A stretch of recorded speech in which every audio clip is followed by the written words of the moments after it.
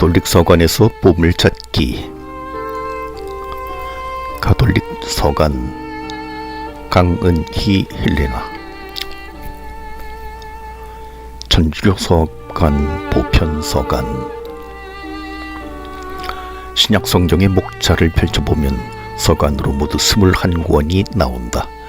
그중 로마 신자들에게 보낸 서관부터 시작해서 필레몬에게 보낸 서관까지 모두 13권을 바오로계 서관이라고 부른다.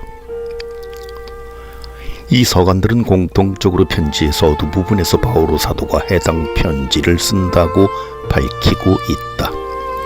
이 13권의 서관 중 확실히 바오로 사도가 쓴 것으로 학자들 간에 이견이 없는 7권을 바오로 친서라 하여 나머지 바오로계 서관과 구별한다.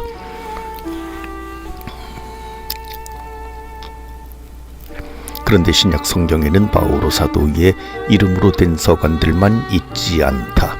야고보의 서관, 베드로의 서관 2권, 요한의 서관 3권, 그리고 유다의 서관도 있다. 이 7서관을 가톨릭 서관이라고 부른다. 가톨릭이라면 천주교의 편지인가 오해할 수 있지만 가톨릭이란 말은 본래 보편적이라는 의미이다. 따라서 가톨릭 서관이란 보편서관이라는 뜻이다. 가톨릭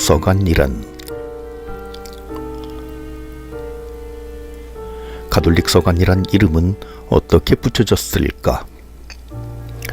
이는 바오로 사도의 서관과 비교해 보면 알 수 있다. 바오로 사도의 서관은 항상 수신인이 분명하다.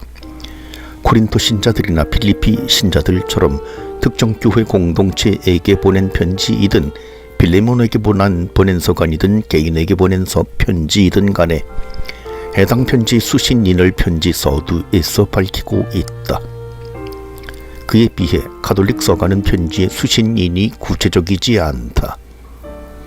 단지 세상에 흩어져 사는 12지파에게 또는 믿음을 받은 이들이라는 말로 대신하고 있다.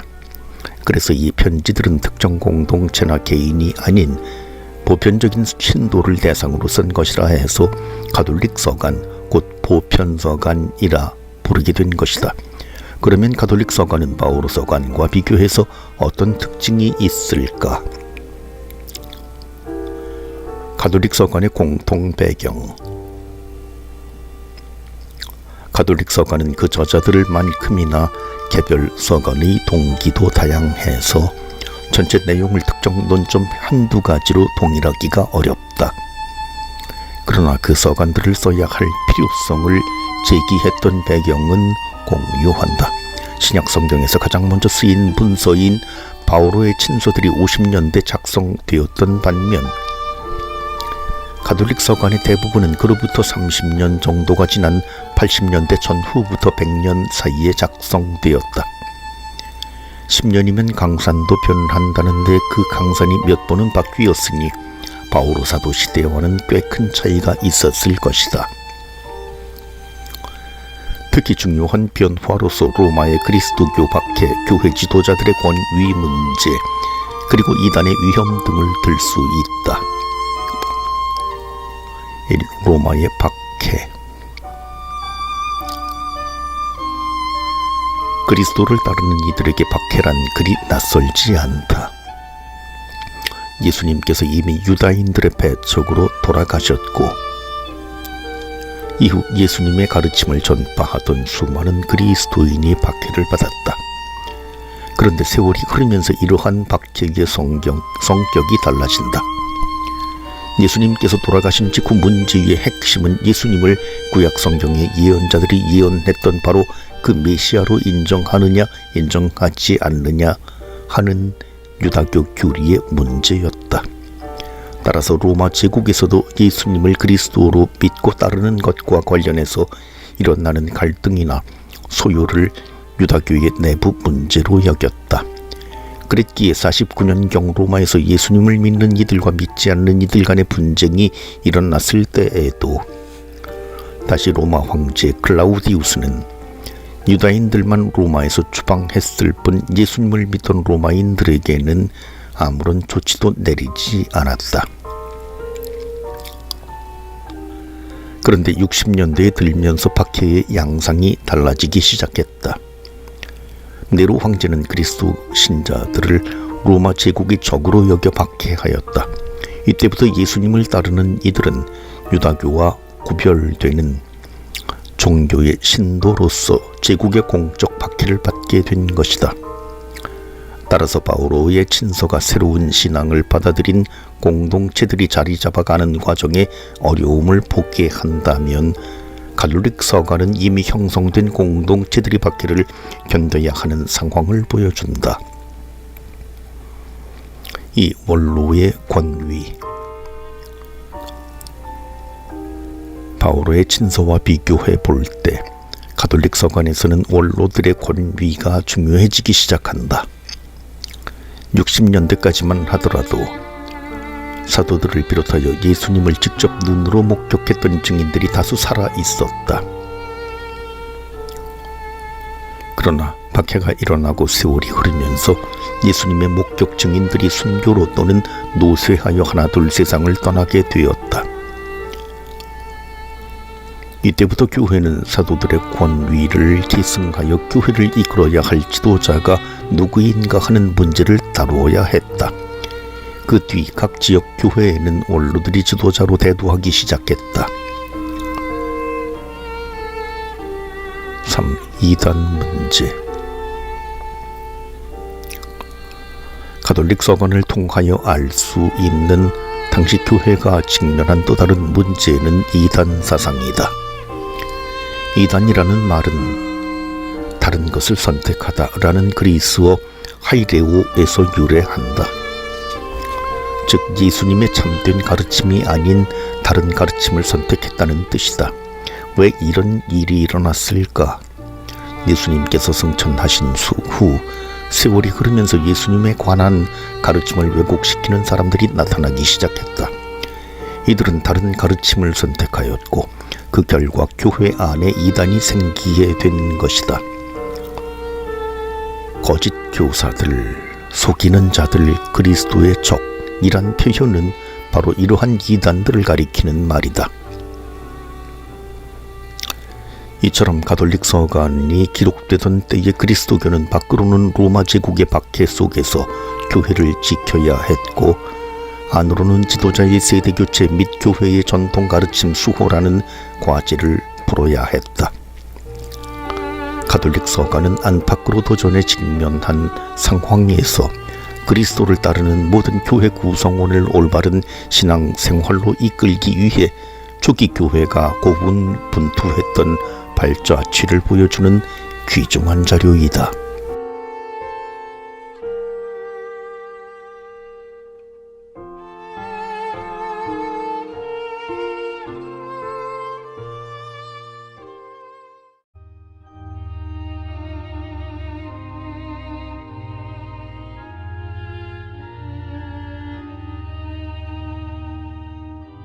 가톨릭 서간에서 보물찾기. 야고보 서간 첫 번째. 완전한 사람이 되려면. 강은희 헬레나. 신약 성경의 서간편에서 가톨릭 서간이 차지하는 분량은 전체 4분의 1 정도밖에 되지 않아 바오로계 서간에 비하면 차지하는 비중이 꽤 적다. 그럼에도 가톨릭 서간의 울림은 결코 작지 않다. 야고보 서간은 실천으로 완성되는 믿음을 강조하여 오직 믿음에 의한 구원을 선포하는 바오로 사도의 가르침에 정면으로 물음표를 던지는 듯하다. 얼핏 보아서는 대립적이기까지 한 이 가르침들이 어떻게 해서 그리스도교 정경에 나란히 받아들여질 수 있었을까? 앞으로 6회에 걸쳐 야고보 서간을 읽어가면서 그 모든 것은 하느님 지혜의 섭리였음을 깨달아가는 시간이 되었으면 한다. 누가 누구에게? 하느님과 주 예수 그리스도의 종 야고보가 세상에 흩어져 사는 12지파에게 인사합니다. 서간이라고 하면 보내는 이와 받는 이가 있게 마련이다. 이 서간은 서두에서 야고보가 이 편지를 썼다고 밝힌다. 신약 성경에 나오는 야고보는 모두 3명이다. 제베데오의 아들 야고보와 알페오의 아들 야고보, 그리고 주님의 형제 야고보이다. 이 중 어느 야고보일까? 제베데오의 아들 야고보는 베드로와 요한과 더불어 예수님 공생활의 중요한 순간마다 함께했던 제자이다. 그런데 성령 강림 후 예수의 복음을 전파하다가 헤로데의 손에 순교한다. 알페오의 아들 야고보도 예수님의 제자였지만 예수님 승천 후 예루살렘 위층방에서 성령을 기다리던 제자들의 무리와 함께 있었던 것 외에는 이렇다 할 행적이 없다. 사도 야고보의 순교 이후에도 사도행전에 계속 등장하는 야고보가 있는데 그가 바로 주님의 형제 야고보이다. 그는 다른 제자들과 달리 예수님에게서 직접 제자로 불리지 않았지만 예수님 부활의 증인이었으며 선교 초기의 갈등 상황을 해결할 정도로 권위 있는 인물이었다.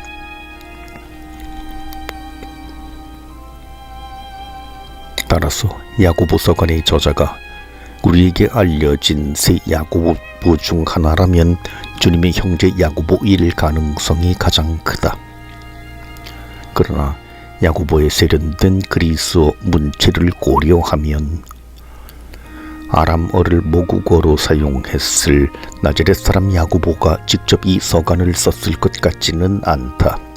따라서 야고보 서간은 그리스어에 능통한 누군가가 당시 예루살렘 교회의 대표적 인물이었던 주님의 형제 야고보의 가르침을 계승하고 보존하기 위해 그의 이름과 권위를 빌려서 쓴 차명 서간으로 볼 수 있다. 세상에 흩어져 사는 12지파에게 12지파라고 하면 당연히 야고보의 12아들의 후손들로서 약속의 땅에 들어가 이스라엘 왕국을 이룬 그 지파들을 말한다.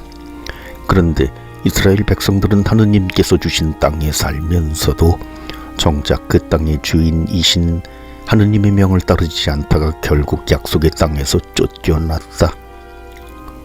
하느님께서 내리신 징벌의 기간이 끝난 후 이스라엘 백성은 유다 땅으로 돌아갈 수 있게 되었으나 모든 지파가 다 귀환한 것은 아니었다. 사도시대 당시의 유다인들은 유배지였던 바빌론과 페르시아 지역을 비롯해 이집트와 시리아, 소아시아, 그리스, 로마에 이르기까지 그야말로 지중해 전역에 흩어져 자신들의 공동체를 이루어 살고 있었다. 야고보서를 읽어보면 독자들이 유다인들의 전통적인 가르침을 이미 알고 있으리라는 점을 전제하고 있다. 따라서 이 서간은 글자 그대로 세상에 흩어져 사는 유다인들 가운데 그리스도를 받아들인 이들을 염두에 두고 쓴 것이라 할 수 있다. 하지만 그렇다고 해서 이 서간이 오늘날의 우리와 무관하다고 할 수 없다. 이스라엘의 12지파로서 지닌 특별한 자격은 하느님과의 관계에서 생겨난 것이고 그 관계의 핵심은 하느님의 가르침에 따라 충실히 살아가는 것이다. 하느님의 가르침인 토라, 그 토라를 완성하러 오신 분이 바로 예수님 아니시던가. 예수님의 가르침을 따르는 이라면 누구든지 야고보가 말하는 이스라엘의 12지파에 포함될 수 있을 것이며 하늘에서 내려다보고 있을 이 서간의 저자도 그것을 더 기뻐할 것이다. 완전은 두 마음을 품지 않은 상태. 그리하면 모든 면에서 모자람 없이 완전하고 온전한 사람이 될 것입니다.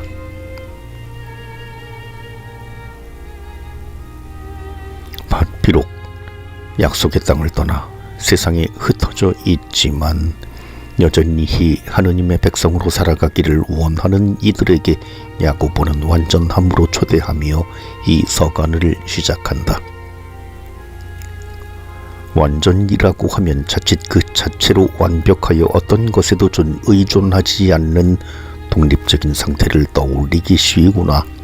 야고보가 말하는 완전이란 그런 것이 아니라 두 마음을 품은 것과는 반대되는 의미이다. 즉 하느님의 뜻을 온전히 받들어 믿음과 실천 사이에, 또한 말과 행동 사이에 그 어떤 불일치도 없는 상태를 말한다. 따라서 야고보서에서 추구하는 완전이란 자족적이고 독립적인 상태이기보다 오히려 철저히 하느님께 의지하는 삶에 가깝다. 이처럼 하느님의 뜻에 따름으로써 완전에 이르게 되는 길을 야고보는 믿음과 실천의 관계, 구약성경 지혜의 가르침, 복음서 예수님의 가르침, 실현과 기도, 빈부의 문제와 자비의 실천 등 다양한 차원에서 제시하고 있다. 앞으로 이 다양한 주제에 관해 차근히 살펴보며 야고보서 저자의 육성을 가까이에서 들어보길 희망한다.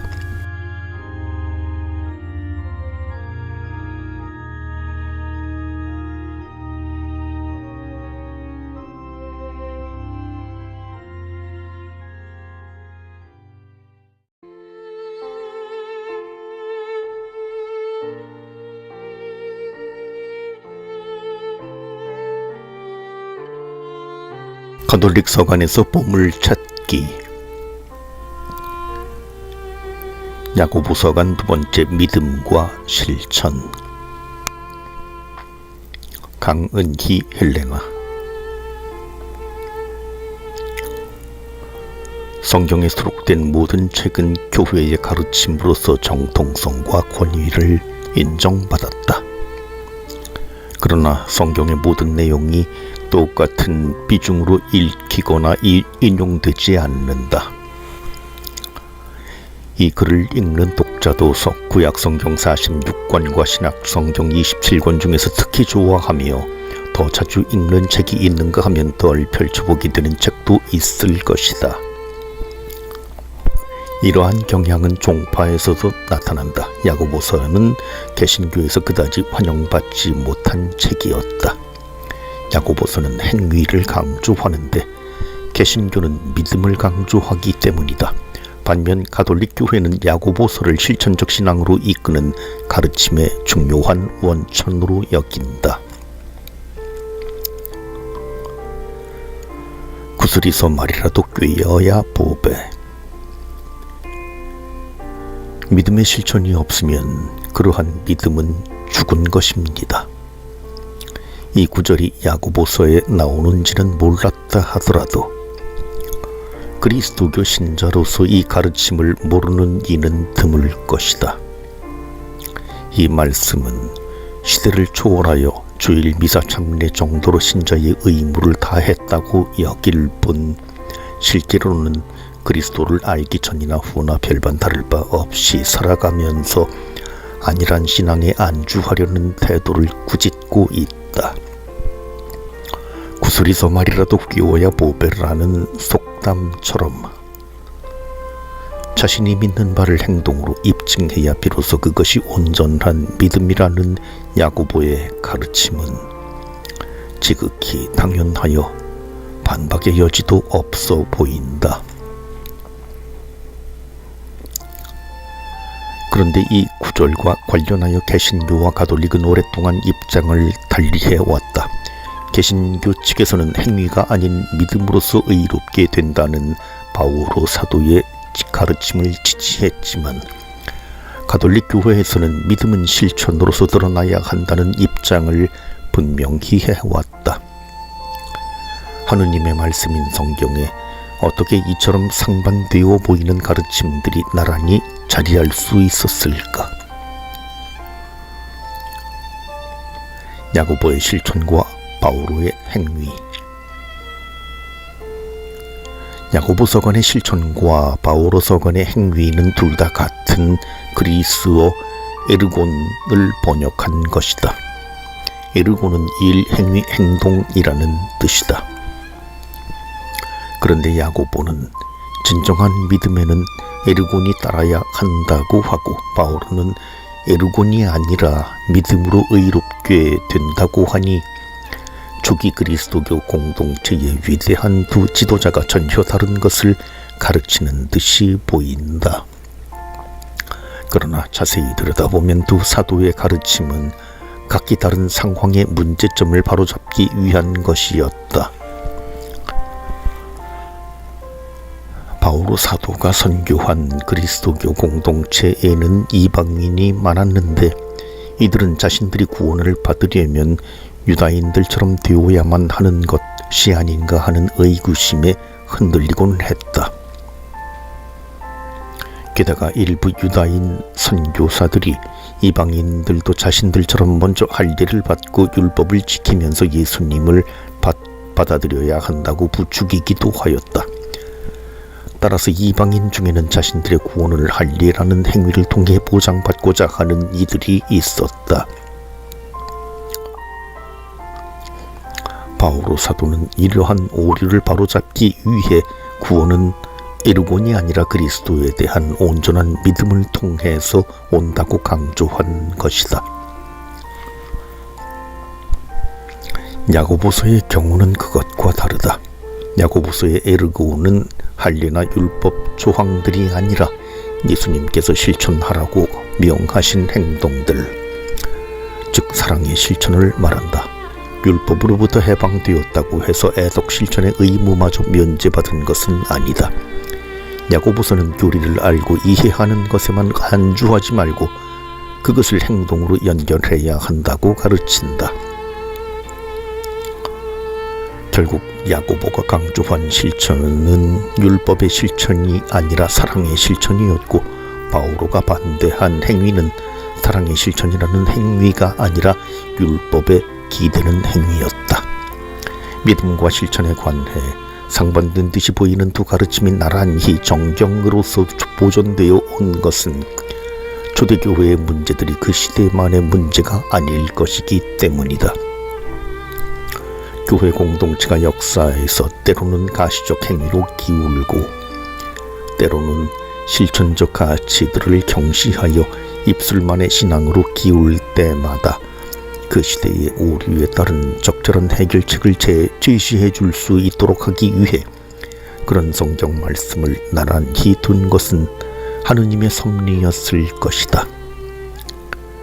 말씀을 듣기만 하여 자신을 속이는 사람이 되지 마십시오.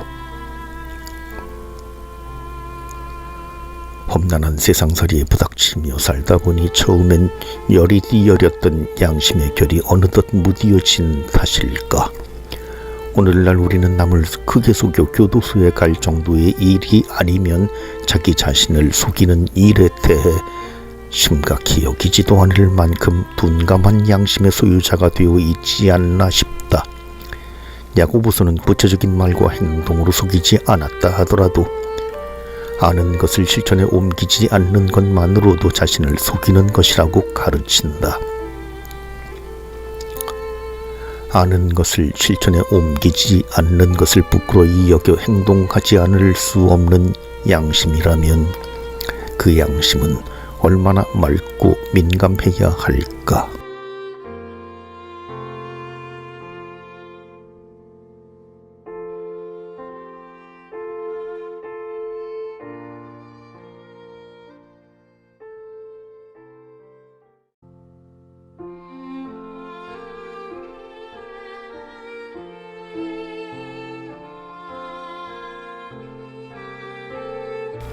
가톨릭 서간에서 보물찾기.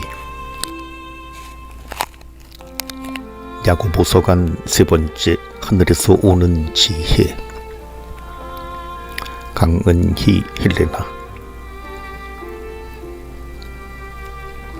야고보서에는 그리스도의 순환과 구원 등 교리와 관련된 내용보다 올바른 삶에 관한 윤리적 가르침이 많이 나온다. 그렇다면 야고보서는 다른 문서들에 비해 그리스도교 정경으로서 가치가 덜한 것일까? 그렇지 않다. 야고보서는 신학 성경 문서 중 가장 철저히 구약의 가르침에 근거하여 그리스도교 신자들의 삶의 방향을 제시하고 있다. 야고보서의 관심사는 신앙의 신조나 규리, 설파 이전에 하느님 백성으로서 올바르게 살아 완전하게 된다는 데에 있다. 이는 예수님의 가르침과도 일치한다. 예수님 역시 구약의 율법을 완성하러 오셨으며 하느님께서 완전하신 것처럼 우리도 완전하게 되라고 말씀하시지 않았는가? 이달에는 야고보서의 가르침 중 구약의 지혜 전통에 뿌리를 둔 내용에 귀 기울여 보자. 참 지혜의 원천은 하느님이시며 그 지혜가 이끄는 대로 실천하며 살아가는 것이 하느님께서 원하시는 완전한 삶임을 가르치고 있다. 누구든지 지혜가 모자라면 하느님께 청하십시오. 우리가 흔히 사용하는 지혜라는 말에는 두 가지 차원의 의미가 있다. 하나는 실생활에서 어리석음을 피하고 좋은 결과를 맺게 하는 살아가는 방식으로서의 지혜, 곧 실용적 지혜이다. 이런 실용적 차원의 지혜는 건전한 상식과 관찰력을 통해 얻을 수 있으며 지혜로워지기 위해 반드시 하느님을 믿어야 할 필요가 없다. 또 다른 지혜는 하느님과의 관계에서 이루어지는 종교적 차원의 지혜이다. 지혜의 원천인 하느님의 법을 배우고 그것을 일상의 삶에 적용하여 살아가는 지혜이다. 야고보는 이러한 지혜를 하느님께 청하라고 권고함으로써 참된 지혜는 인간의 이상적 관찰이나 경험을 넘어서 오직 하느님께로부터 오는 것임을 강조한다. 실용적 지혜와 하느님의 지혜가 무조건 대립하는 것은 아니다. 그러나 세상의 가치관과 하느님 나라의 가치관이 다를 때에는 서로 대립할 것이다. 야고보는 당시 사람들이 잘 알고 있었을 19한 자락을 인용해 이를 깨우쳐준다. 풀은 마르고 꽃은 져서 시들어버릴 것입니다. 실용적 지혜는 현세의 삶의 성공을 돕는다. 그런데 구약의 지혜 전통에서는 삶이란 덧없는 것이며 그 덧없음은 풀과 같다고 가르쳤다. 풀과 꽃은 한때 무성한 듯 보이다가도 결국 말라서 사라져버린다. 야고보는 많이 모아두면 둘수록 든든히 자신을 지켜줄 것처럼 보이는 물질적 풍요도 결국은 말라버릴 풀처럼 허무한 것임을 일깨워준다. 제 아무리 재산이 많아도 그 재산이 영원한 생명을 보장해 줄 수는 없다. 죽음의 순간에는 자기 일에만 골몰했던 시간이 하느님을 등한시하고 이웃에게 무자비했던 시간이 되어 오히려 화를 부를 것이다. 여기서 세상살이의 지혜와 하느님의 지혜가 서로 다른 방향으로 향하게 된다. 야고보서는 눈에 보이지 않지만 영원한 것에 새로운 가치에 눈뜨라고 초대한다. 비천한 형제는 자신의 고귀함을 보고 부자는 자신이 비천해졌음을 자랑하라고 한다. 이는 우리 삶의 중심에 하느님께서 자리 잡으시도록 할 때에 비로소 가능한 일이다. 물질적 가난의 삶은 언젠가 죽음과 더불어 종지부를 찍겠지만 하느님의 자녀라는 고귀한 신분은 영원히 지속됨을 잊어서는 안 된다. 가난하고 힘든 삶일지라도 하느님 나라의 가치를 포기해서는 안 되는 이유가 여기에 있다. 또한 물질적 부유함이 천상적 재화에 비교하면 아무것도 아님을 깨달을 때 세상의 부귀 영화도 하느님 앞에서는 비천할 뿐임을 받아들이는 순간 이미 하느님의 지혜에 눈뜬 것이다. 마음속에 하느님의 지혜를 품고서 살아가십시오.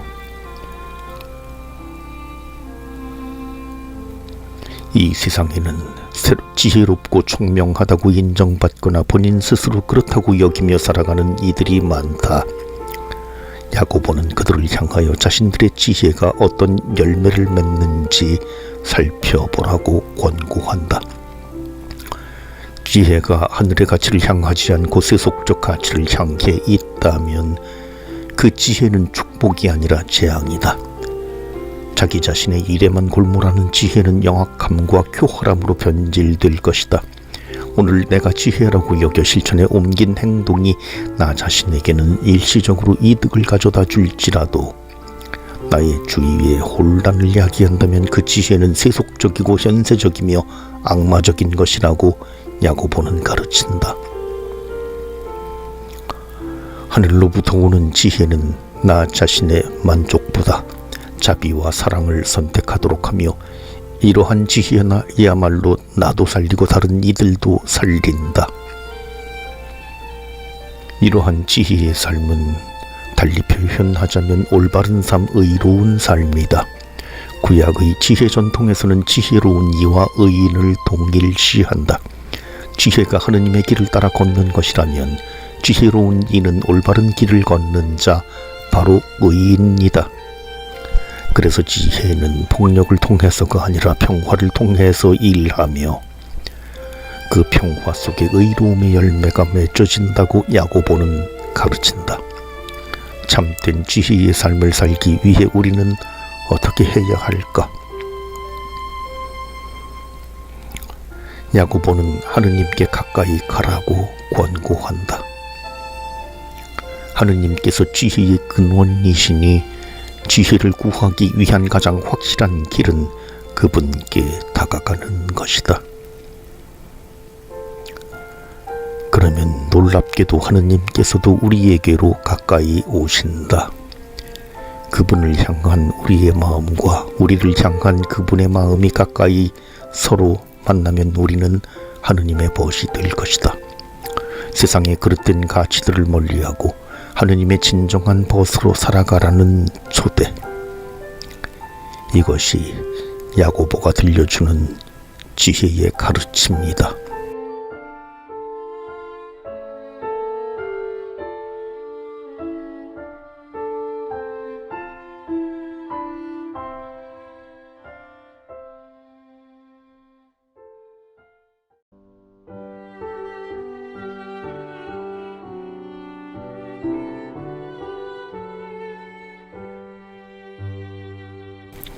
가톨릭 서간에서 보물찾기. 야고보 서간 네 번째 예수님 말씀의 메아리. 강은희 헬레나. 야고보서를 읽다가 보면 우리 귀에 친숙한 가르침을 곳곳에서 만나게 된다. 의심하지 말고 청하라. 형제를 심판하지 마라. 녹슬고 젖먹는 재물, 하늘을 두고도 땅을 두고도 맹세하지 마라 등. 이 말씀들은 모두 복음서에 나오는 예수님의 가르침이다. 야고보서는 신약 성경에 그 어느 서간보다도 충실하게 예수님의 말씀을 직접 사용하여 가르친다. 그리스도인으로서 완전함에 이르게 되는 길은 무엇인가?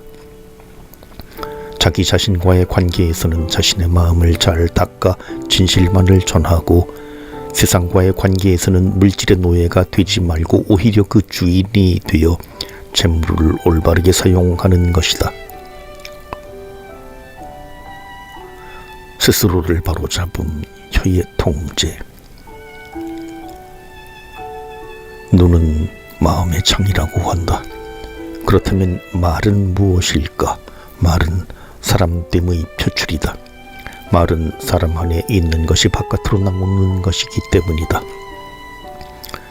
야고보서 3장과 4장에는 말에 관한 가르침이 모여 있다.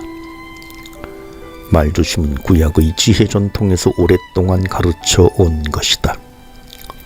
집에서 28장은 혀의 위험성을 경고하고 지혜서 1장은 지혜로운 삶은 혀의 단속에 있다고 강조한다. 구약 성경의 여러 가르침을 배우며 자라셨을 예수님 역시 복음서 곳곳에서 말을 신중히 하라고 가르치신다. 형제에게 분노하여 막말을 하는 것으로도 지옥불에 떨어질 것이라고 하셨고, 남을 함부로 심판하지 말라고 하셨다. 특히 헛맹세를 엄히 금지하여 아예 맹세 자체를 하지 말라고까지 이르셨다. 거짓 맹세는 자신의 이익을 위해 이웃에게 해를 끼칠 뿐 아니라 하느님마저 팔아넘기려는 악행이다. 예수님은 사람들이 하느님을 가벼이 여기는 것을 개탄하시며 예 또는 아니요로 군더더기 없는 진실만을 말하라고 가르치셨다. 야고보서는 이러한 예수님의 가르침을 이어받아 말에 관한 가르침을 펼친다. 교사로서 그릇된 가르침을 전하는 것과 시기심과 이기심에서 하는 거짓말은 하느님을 거역하고 인간의 품위를 떨어뜨리는 행위이다. 형제에 대한 험담은 사실 여부와 관계없이 그의 삶을 파괴할 수 있다. 손 하나 까딱하지 않은 채 혀만 놀려서도 사람은 자신과 이웃을 망가뜨릴 수 있다. 야고보서는 우리 몸에서 가장 길들이기 어려운 지체가 혀이기에 혀를 잘 다스리는 사람이 자기 몸 전체를 다스릴 수 있으며 완전한 사람이라고 가르친다. 섣불리 자신의 생각을 얹어 남을 헐뜯거나 판단해서도 안 되며 오직 예할 것은 예하고 아니요 할 것은 아니요 라고만 하라고 권고한다.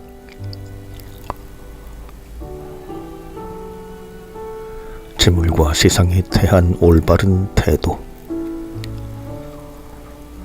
너희는 가진 것 팔아 불쌍한 자 도와주어라. 그 재물을 하늘에 쌓아 주님 상급을 받아라. 천국에는 좀도 없고. 이 가사는 마테오 복음서에 나오는 예수님의 가르침에서 온 것이다. 사람이 자신의 생명을 유지하려면 재물이 꼭 필요하다. 뿐만 아니라 재물로서 선행을 베풀 수도 있다. 그런데 바로 이 재물에 대한 욕심 때문에 사람은 남을 속이기도 하고 심지어는 재물을 독차지하기 위해 사람을 죽이기도 한다. 그렇게까지 해서 쌓아둔 재물이라 할지라도 결국엔 녹슬어버리고 정작 자신은 그것을 써보지도 못한 채 하느님의 심판을 맞게 될 수 있음에도 말이다. 루카복음서에는 모아둔 재산을 곳간에 가득 채워넣고 흐뭇해하는 부자 이야기가 나온다. 예수님은 그를 어리석다 하셨다. 바로 그날 밤 그 부자는 죽어 하느님 앞에 서게 될 터인데 그는 자신의 재물을 쌓아놓기만 했을 뿐 그 어떤 선한 일을 하는 데에도 사용하지 않았기 때문이다. 야고보서에서도 세상의 이익을 쫓아 삶을 설계하는 것이나 자신의 재력을 과시하는 허세의 어리석음을 지적한다. 좋은 일을 할 수 있으면서도 하지 않는 것은 죄라고까지 하였다. 한꺼번에 두 주인을 섬길 수 없다는 예수님의 가르침에 따라 야고보서 역시 하느님과 세상의 이익은 양립할 수 없으며 지금이라도 세상과 사귀지 말고 하느님과 사귀라고 권고한다. 생명을 낳는 말씀의 길로 물질적 재화와 마찬가지로 말에도 양면성이 있다. 그것을 어떻게 사용하느냐에 따라 구원에 이르기도 하고 화를 입기도 한다. 말 한마디로 천냥빛을 갚는다는 속담이 있는가 하면 새치혀가 사람을 잡는다는 말도 있지 않은가. 하느님을 공경하고 예수님의 가르침을 간직한 이들이라면 말로 인하여 자신과 이웃을 곤경에 빠뜨리는 일은 없어야 할 것이다. 야고보는 하느님께서 주신 입에 어떻게 찬미와 저주를 동시에 담을 수 있느냐며 탄식한다. 이러한 현실이 비단 초대교회 시절에만 국한된 것이었을까? 오늘날은 더욱더 교묘한 방식으로 말 때문에 숱한 사람이 피해를 보고 심지어 인생의 막다른 골목으로 몰리기도 한다. 진위가 확인되지도 않은 악의에 가득 찬 말들이 화살처럼 공중을 날아다닌다. 참으로 무서운 현실이다. 하느님께서 오직 말씀으로 천지를 창조하셨다는 것을 기억한다면 인간이 말을 한다는 것 자체가 하느님의 속성을 닮은 것이고 그분의 창조 사업에 동참하는 것이다. 말은 보이지 않는 것을 현실로 만들어내는 힘이 있다. 오늘 우리가 무심코 내뱉은 말은 사람을 살리는 말일까, 죽이는 말일까?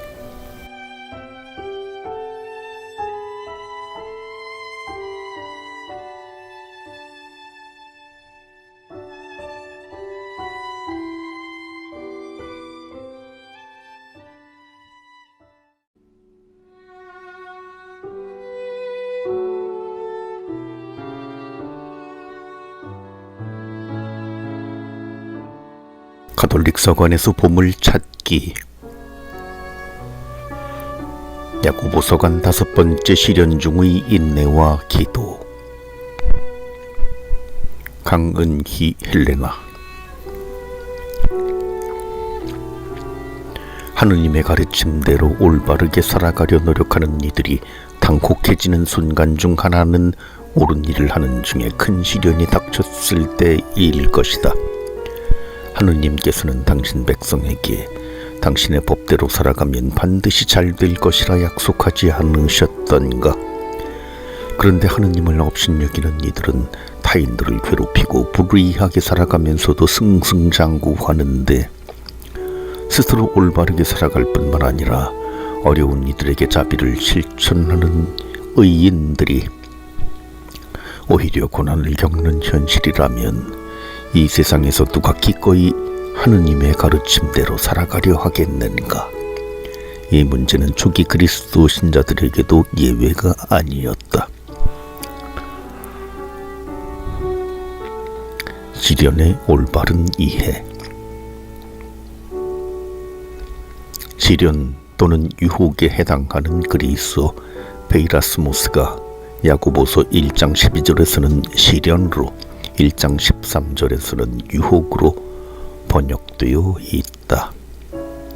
시련이 자기 자신의 잘못과는 관계없이 겪게 되는 것이라면 유혹은 자신의 약점과 연결된 시험이라는 어감이 강하다.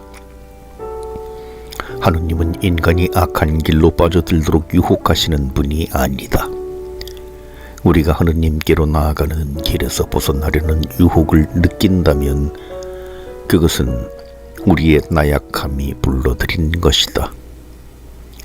그러나 시련은 누구에게든 닥칠 수 있다. 특히 아직은 불완전한 이 세상이 하느님의 나라로 거듭나기 위해 누군가의 힘과 노력이 필요할 때라면 그 몫은 의인이 당하는 순환으로 채워지기도 한다. 하느님께 희망을 두고 있는 그리스도인이라면 이 시련을 기쁜 마음으로 견뎌내야 한다고 야고보서는 가르친다. 우리의 영혼은 시련을 통하여 단련되고 완전하게 될 것이기 때문이다.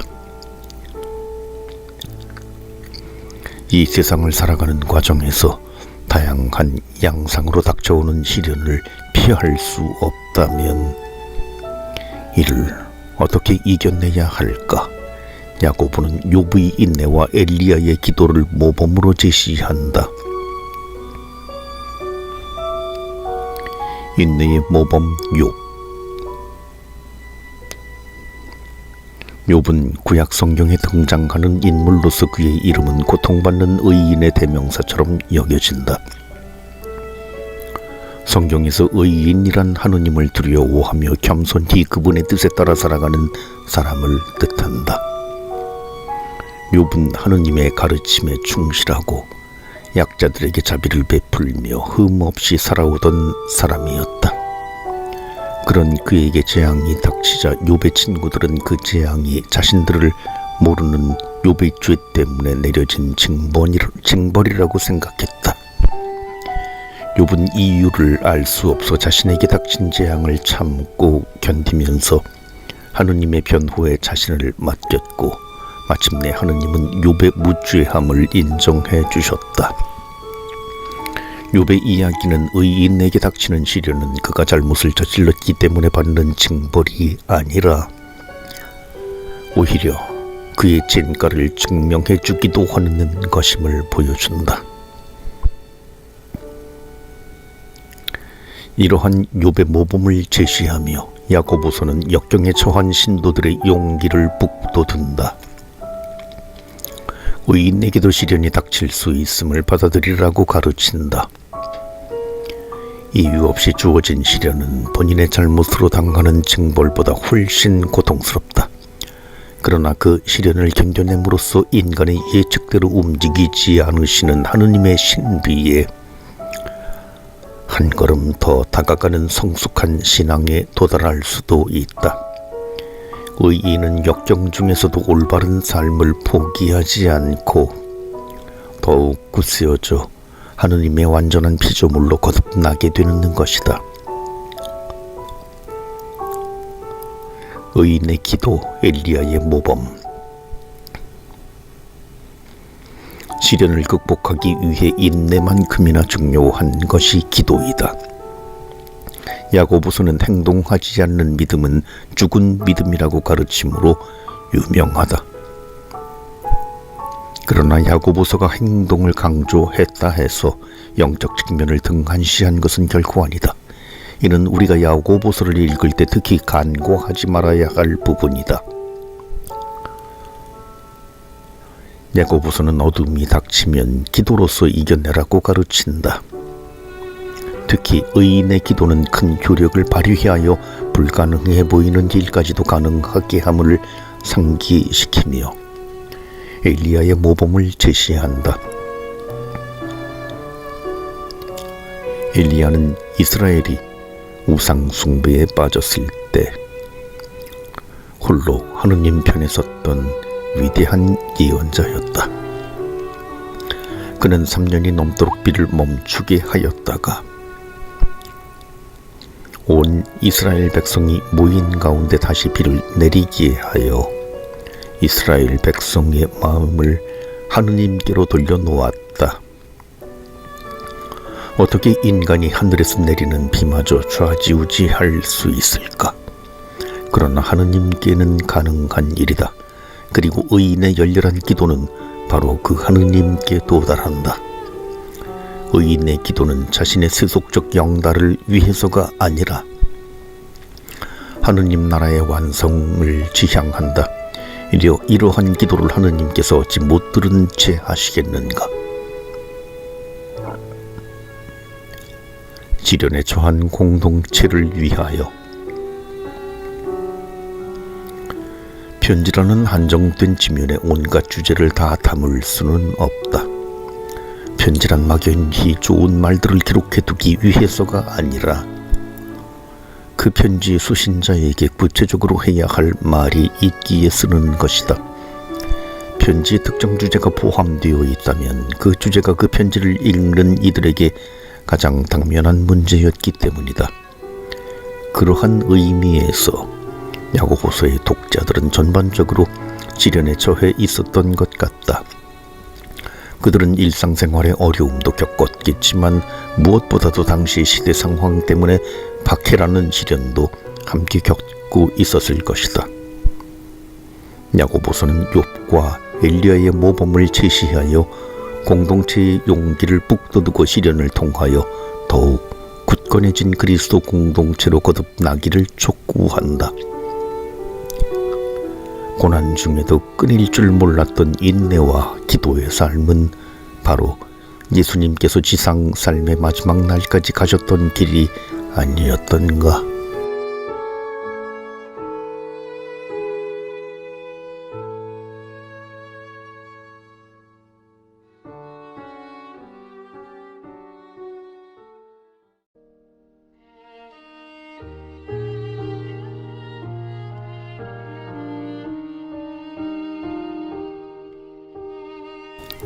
가톨릭 서간에서 보물찾기.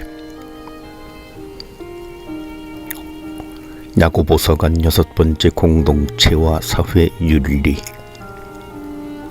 강은희 헬레나.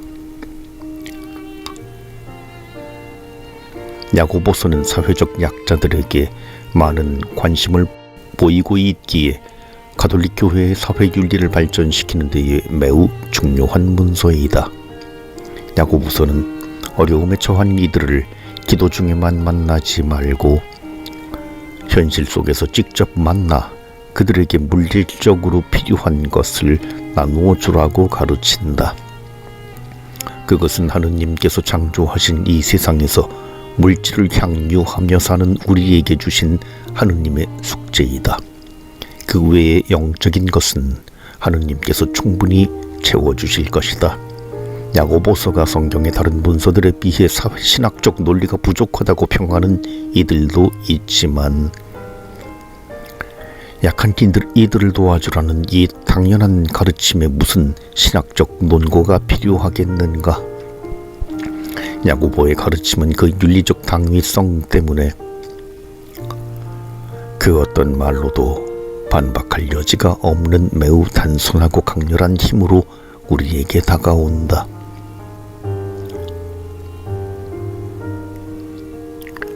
부자는 나쁜가? 한동안 부자 되세요라는 말이 유행했다. 성경에서는 가난한 이들이 복되다고만 가르치지만 또 한편으론 부자 되라는 그 말에 솔깃해지지 않을 수 없는 것이 인간의 현실이다. 교회 공동체는 다양한 부류의 사람들로 이루어진다. 가난한 사람들도 있지만 부자들 역시 교회의 구성원이다. 그런데 성경을 읽다가 보면 가난한 이들을 옹호하고 부자들은 비난하는 말씀들을 자주 대한다. 가난한 이들은 위로를 받겠지만 부자들은 곤혹스러울 것이다. 심지어 부자와 죄인을 거의 동일시하는 성경 구절들도 있다. 이를 어떻게 알아들어야 할까? 교회는 가난한 사람들만 감싸는 것일까? 부자들은 과연 부자라는 그 사실 하나만으로도 죄인인 걸까? 결코 그렇지 않다. 야고보서는 재물을 가진 이들에게 가난한 이들을 도와줄 것을 권고한다. 이는 무엇을 의미하는가? 교회는 공동체의 선을 위하여 부유한 이들의 물질적 풍요로움을 오히려 필요로 한다는 것이다. 부자들은 가난한 이들이 하느님의 자비와 풍요로움을 체험할 수 있도록 해주는 통로가 될 수 있다. 야고보서의 비난은 불의한 방법으로 재물을 축적하고 그 재물을 좋은 일에 쓰지 않은 채 움켜만 쥐고 있는 부자들을 향한 것이지 모든 부자를 향한 것은 아니다.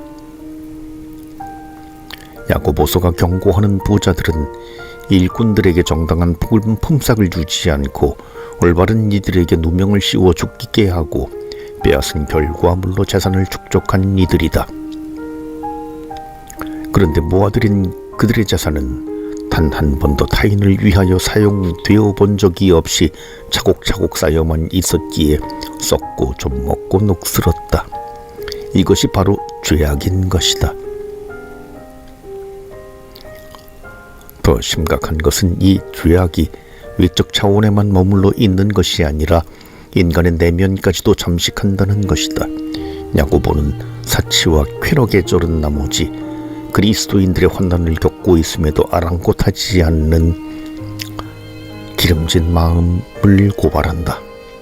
부유함은 그것이 타인을 향할 때는 유익하게 사용될 수 있으나 자기 자신만을 향할 때는 하느님과 타인의 고통에 둔감하게 만든다.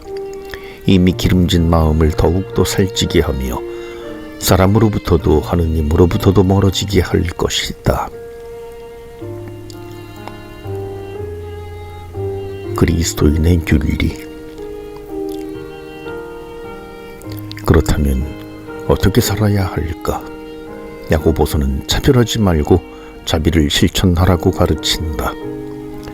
차별 행위는 그 자체로 죄악이라고까지 말한다. 하느님께서는 인간을 당신의 모상대로 만드셨다. 그것만이 우리가 모든 인간을 대하는 유일한 기준이어야 한다. 이 세상에 차별이 생겼다는 것은 곧 악이 세상의 기준이 되었다는 것이다. 차별은 모든 인간이 하느님의 모상을 지녔다는 사실을 부인하는 행위이며 내 이웃을 너 자신처럼 사랑해야 한다는 가장 큰 계명을 거스르는 것이기에 결국 율법 전체를 어긴 것이나 마찬가지이다. 우리는 도둑질, 사기, 살인 등은 죄라고 인식하지만 차별을 죄라고까지 인식하지 못하는 경우가 많다.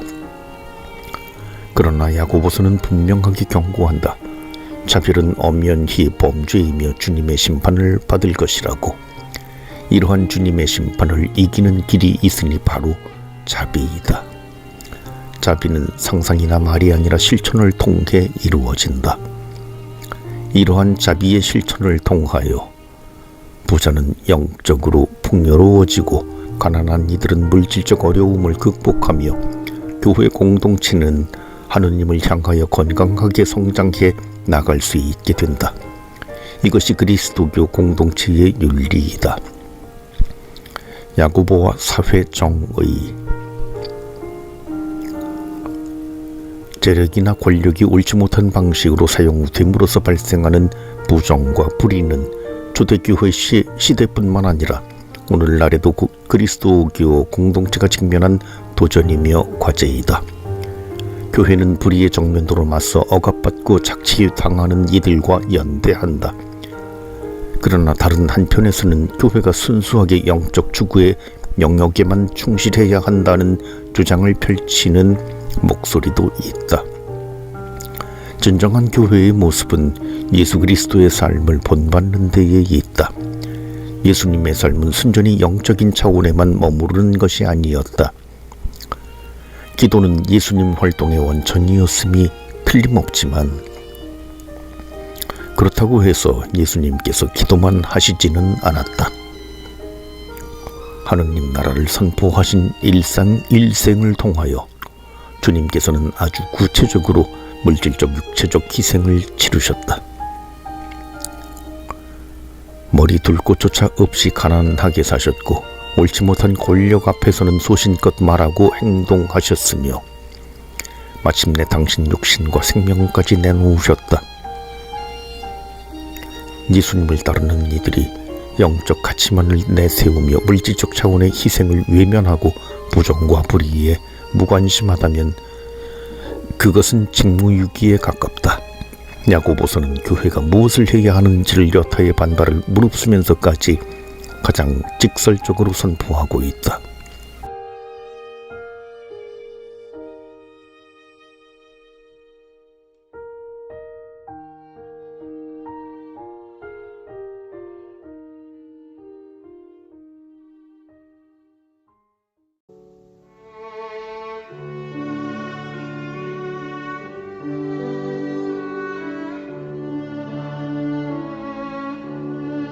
가톨릭 서관에서 보물찾기.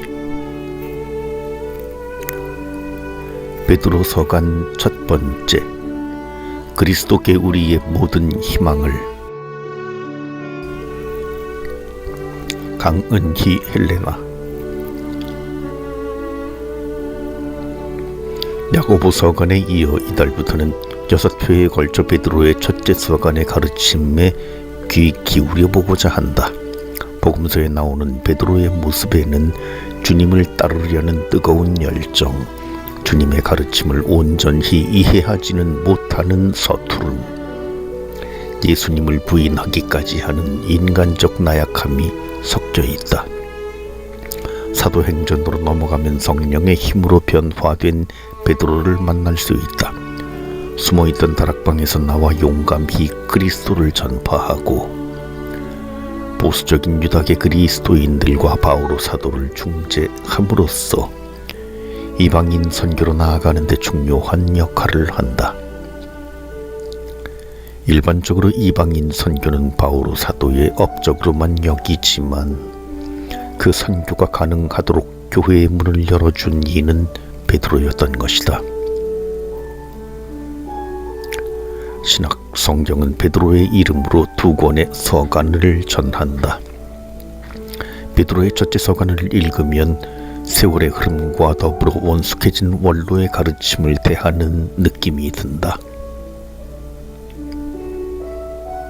복음서의 베드로와 서간을 쓴 베드로 사이에는 어떤 일이 있었던 것일까? 누가 누구에게? 전통적으로 베드로 서간은 베드로 사도가 직접 쓴 편지로 여겨져 왔다. 그러나 19세기 이후 비평적 성경 연구와 더불어 이 서간은 베드로가 직접 쓴 것이 아니라는 의견들이 나오기 시작했다. 특히 2가지 증거가 자주 거론된다. 첫째는 이 서간의 저자가 자신을 원로 중에 하나로 언급한다는 점이다. 사도행전을 보면 사도들과 원로들이 한자리에 있을지라도 이 2 그룹을 뭉뚱그려 원로들이라고 칭하지 않는다. 그런데 여기서 저자는 자신을 같은 원로라고 칭하고 있다. 따라서 이 서간은 원로 중 한 사람이 베드로의 이름을 빌려 썼을 것으로 추측해 볼 수 있다. 또 하나의 증거는 바빌론이라는 지명이다. 신약 성경에서 바빌론은 로마를 상징하는 일종의 암호이다. 기원 후 70년에 로마 군대가 예루살렘 성전을 파괴한 뒤로 로마는 구약시대의 예루살렘을 파괴했던 바빌론과 연결되며 은유적으로 바빌론이라 불렀다. 그런데 전승에 의하면 베드로 사도는 64년경 네로 황제의 박해 때 순교한 것으로 되어 있다. 따라서 이 편지를 베드로 사도가 썼다고 볼 수 없는 것이다. 오늘날 학자들 대부분은 베드로 사도를 가까이 따르던 측근이 그의 정신을 이어받아 사이에 로마에서 이 서간을 쓴 것으로 간주한다. 편지 저자가 예수님과 함께 했던 역사적 베드로는 아니라 할지라도 그의 정신을 계승하고 있다는 점에서 여기서는 이 편지의 저자를 베드로라 칭하도록 하자. 이 서간의 수신인은 본토스와 갈라티아와 가파도키아와 아시아와 비테니아에 흩어져 나그네 살이를 하는 선택된 이들이다. 바오로 서간을 읽어본 독자라면 이 지역은 바로 바오로 사도의 선교 지역이었을 텐데 어떻게 베드로와 연결될까 하는 생각을 할 수도 있다. 그런데 가파도키아, 본토스, 아시아 등은 사도행전 2장 9절에서 베드로의 오순절 설교를 들었던 사람들의 출신지로 언급되고 있다. 이들은 오순절 축제를 지내러 예루살렘에 머물다가 예수님의 제자들이 성령의 힘을 받아 여러 언어로 말하는 것을 목격하였으며 그들 중 많은 사람이 베드로의 설교를 듣고서 세례를 받았던 것이다. 따라서 소아시아 지역과 베드로 사이에는 그때부터 관계가 있었을 것으로 볼 수 있다.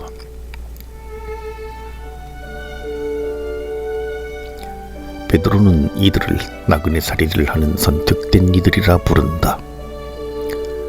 좁은 의미의 나그네살이란 이방인 가운데 사는 유다인들이겠지만 베드로 서간의 다른 부분을 보면 개종한 이들도 편지의 수신인에 포함하고 있음이 드러난다. 따라서 이 편지는 하느님의 백성으로서 아직은 하느님의 나라가 구현되지 않은 세상에서 나그네살이를 하고 있는 모든 신자들에게 들려주는 베드로의 가르침으로 읽을 수 있다. 그리스도께 우리의 모든 희망을. 베드로서간의 주요 주제는 희망이다. 흥미롭게도 바오록의 서간에서는 희망이란 단어가 고르게 등장하지만 가톨릭 서간에서는 희망이라는 단어가 6번만 나오는데 그중 5번이 베드로의 첫째 서간에 나온다. 이는 당시의 수신자들에게 희망이 절실했음을 의미한다. 희망은 현실의 어두움을 방증하는 것이고 당시 그리스도인들이 처한 어려움이라면 단연 박해가 으뜸이었을 것이다. 네로 황제의 박해는 64년경이고 그 뒤의 박해는 90년 이후 도미티아누스 황제 때 있었으며 이 서간이 기록된 시기는 그 사이이다. 다시 말해 이 서간은 이미 한 차례 대대적인 박해를 경험했고 다시금 박해의 위협이 고조되고 있는 시기에 쓰인 것이다. 대대적인 박해 법령이 공식적으로 없었다 할지라도 당시에는 그리스도라는 이름만으로도 박해 대상자가 되기엔 충분했다. 유다인이든 이방인이든 이들 그리스도인들은 새로운 신앙과 생활 방식을 받아들임으로써 예전의 인간관계로부터 단절된 채 배척 또는 공격의 대상이 되었다. 이런 상황에서 베드로의 이름으로 전해진 편지는 그들이 누리게 된 하느님 나라의 백성이라는 새로운 신분에 대한 자각, 그리고 비록 예전의 친지, 지인들로부터는 고립되었을지라도 하느님 나라의 새로운 가족에 속해 있다는 확신을 주었을 것이다. 베드로는 이들에게 어둠 너머로 빛나고 있는 희망을 가리키며 그곳을 향해 인내로이 전진하라고 용기를 북돋운다. 다음 달부터 베드로가 인도하는 그 희망의 길을 찬찬히 따라가 보도록 하자.